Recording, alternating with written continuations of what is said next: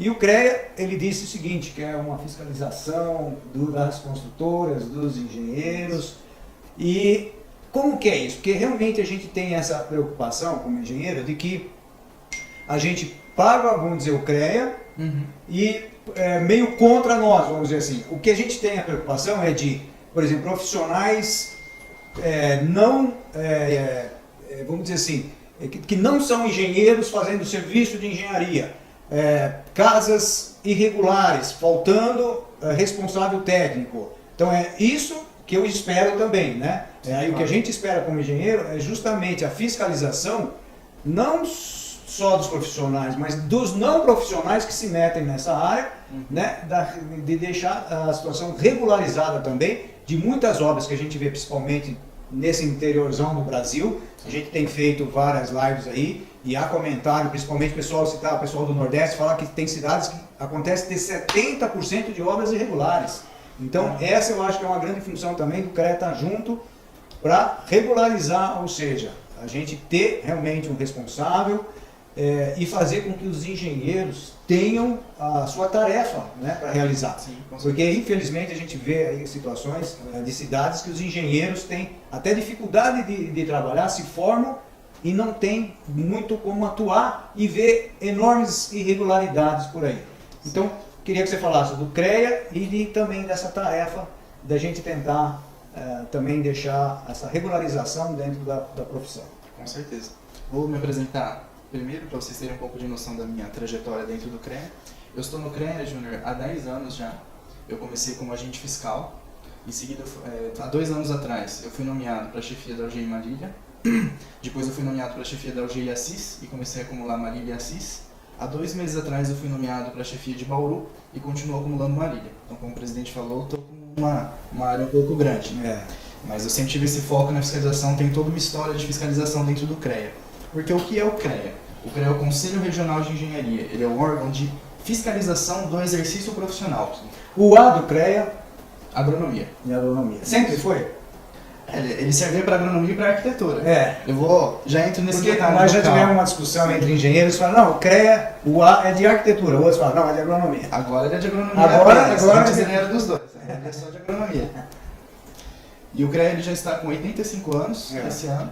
E como eu disse, a fiscalização é o motivo de existência do CREA. O CREA não serve para fazer reserva de mercado, ele não serve para passar a mão na cabeça dos maus funcionários. Nós fazemos a fiscalização do exercício da engenharia. Ou seja, nós trabalhamos para que todos os serviços técnicos sejam realizados por profissionais habilitados.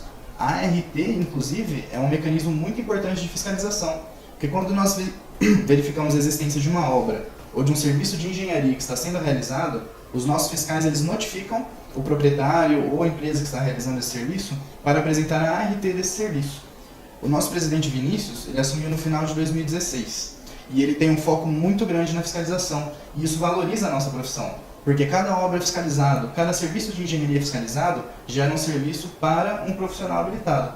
Nós saímos da faixa de 600 mil RTs recolhidas para mais de 800 mil RTs, mesmo numa época onde nós estamos em recessão econômica e mesmo com a saída dos técnicos do nosso conselho. Porque eu não sei se todos têm esse conhecimento, você falou que tem alguns arquitetos e tem técnicos também que assistem. Só tomar um pouquinho de água. Depois, só queria dizer que o Éder já fez algumas perguntas, nós vamos responder daqui a pouco, tá? Primeiro a gente está fazendo uma introdução e daqui a pouco a gente vai responder. O CREA era formado pelos engenheiros, agrônomos, arquitetos, hoje ainda é pelos tecnólogos. Agora, os técnicos industriais, eles também saíram do CREA no passado.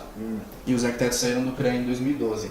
Eles constituíram um conselho próprio e deixaram de fazer parte do CREA. Os técnicos também fizeram isso no ano passado. Teve uma pergunta, já acredito que foi do Éder, sobre a questão do engenheiro fazer os projetos arquitetônicos. O nome projeto arquitetônico, ele é um tipo de projeto. Ele não significa que é um projeto feito exclusivamente por arquitetos. Só para vocês terem uma noção, falar de legislação é um pouco chato para a gente que é engenheiro, mas para vocês terem um pouco de conhecimento. Nós tivemos o CAL, quando foi a criação do CAL, ele criou um artigo da lei que falava que o CAL podia definir as atividades exclusivas dos arquitetos. Então o CAL, por meio de uma resolução do Conselho Federal, ele criou a resolução 51, falando que apenas o arquiteto poderia fazer regularização fundiária, projeto arquitetônico, tem toda uma gama de atividades que, segundo o CAL, seriam exclusivas dos arquitetos. O CREA São Paulo hoje, o nosso presidente engenheiro Vinícius, ele está trabalhando de forma política também. Ou seja, nós estamos tendo contato com deputados, com senadores, justamente para proteger a nossa classe. E nós tivemos o Ricardo Izar, não estou fazendo propaganda política de ninguém, porque é só um fato. Sim. Ele fez um projeto de lei, um projeto de decreto legislativo, para que cessasse o efeito da Resolução 51. O CAU, antes desse projeto de decreto legislativo ser julgado, o CAU já revogou essa Resolução 51. Então não existe mais essa prerrogativa legal da resolução. Eles estão até com uma consulta pública, não me recordo até que dia ela vai, para dar a nossa opinião sobre quais atividades devem ser exclusivas dos arquitetos ou não.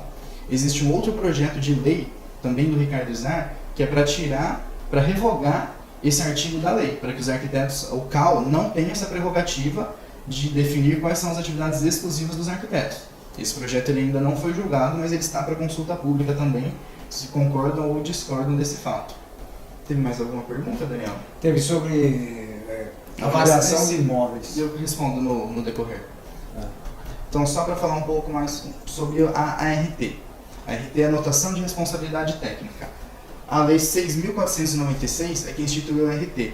Ou seja, todo contrato, escrito ou verbal, de execução de serviço técnico, ele precisa ter uma ART recolhida.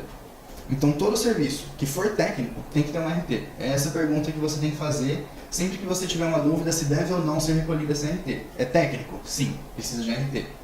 Por exemplo, venda de produtos de segurança. Não é um serviço técnico, não precisa de ART. Mas a instalação de equipamentos de segurança é um serviço técnico, então ela precisa.